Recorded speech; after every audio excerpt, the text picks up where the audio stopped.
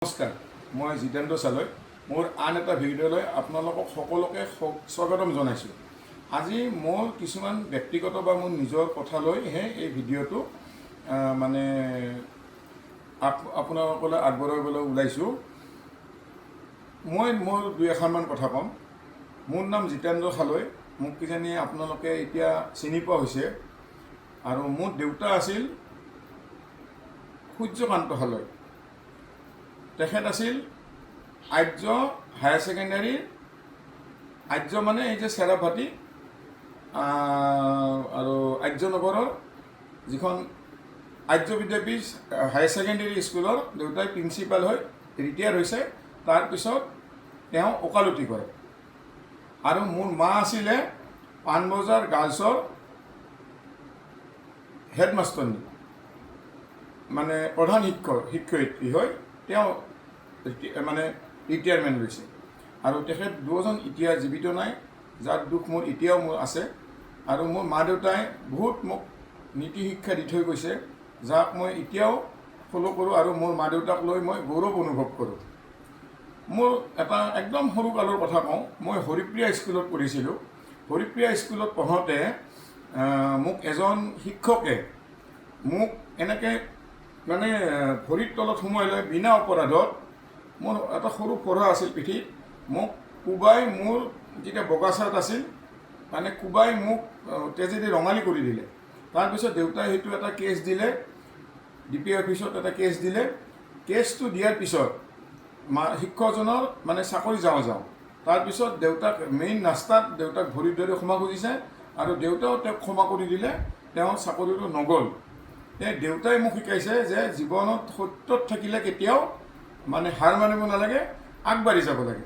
দেউতাৰ আদৰ্শত মই আগবাঢ়ি যাম আৰু মই জাতিটোৰ হকে, অসমীয়া জাতিটোৰ হকে মই মাত মাতি যাম। আৰু মোৰ মা দেউতাই এটা শিক্ষা কৈছে যে ওপৰত ভগৱান এজনে, ধৰ্মক ঘৃণা কৰিব মোৰ মা দেউতাই মোক শিকোৱা নাই। সেইকাৰণে মই ধৰ্মক লৈ কোনো ধৰ্মকে মই সকলো ধৰ্মকে মই সন্মান কৰোঁ।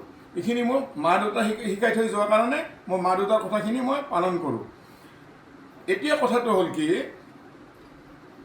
আজি যিখিনি পৰিস্থিতি হ'ল সেই পৰিস্থিতিৰ কথাটো মই নকওঁ, কিন্তু অনাগত দিনত মই অসমীয়া তথা আমাৰ খিলঞ্জীয়াৰ হকে যেতিয়ালৈ মোৰ জীৱন, মোৰ প্ৰাণবায়ু থাকে, মই জাতিৰ হৈ মই মাত মাতিম। জাতিৰ হৈ মাত মাতিলে বহুতে মই কমেণ্টত কৈছে, আপুনি কি হিৰো, আপুনি কি নেতা? মই তেওঁলোকক সুধিছোঁ যে জাতিৰ হৈ মাত দিলে কিবা নেতা হ'ব লাগে নেকি?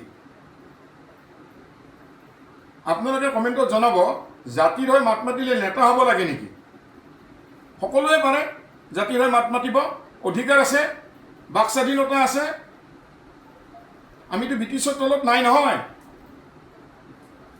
আমি কিয় মাত মাতিব নোৱাৰোঁ? মই মাত মাতি যাম।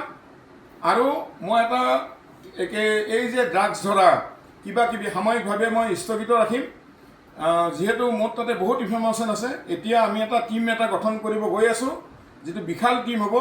হাজাৰ গুণ ডাঙৰকৈ অপাৰেশ্যন হ'ব। ইয়াৰ পিছত হাজাৰ গুণ ডাঙৰকৈ অপাৰেশ্যন হ'ব। আৰু মোৰ যিটো সম্প্ৰদায়ে কয় সেই সম্প্ৰদায়ৰে মই নাম ল'ম। তাতে ইটো সম্প্ৰদায় বুলি কোনো কথা নাই। যদি খিলঞ্জীয়া অপৰাধী পাওঁ, মই খিলঞ্জীয়াৰো নাম ল'ম। মই ডাইৰেক্ট কৈ দিছোঁ। শেষত মই এটা কথা কওঁ যে আপোনালোকে যিখিনি মোক সহায় সহযোগ কৰিলে, আপোনালোকক সকলোকে, দল সংগঠন, সকলো ব্যক্তিক মই ইমান মোৰ ভিডিঅ'বিলাকত ভাল মই পজিটিভ কমেণ্ট পাইছোঁ। মোৰ সকলোকে মই ৰিপ্লাই দিব পৰা নাই, বেয়া নাপাব। মই সকলোকে মই ধন্যবাদ দিছোঁ। দুই এটা নিগেটিভ কমেণ্ট আহে, যিমানে ভাল কাম নকৰক কিয় 100% ছাপোৰ্ট কেতিয়াও পোৱা নাযায়। এইটো স্বাভাৱিক কথা। শেষত কওঁ, জয় অসম, জয় জুবিন দা, জয় মা মনসা।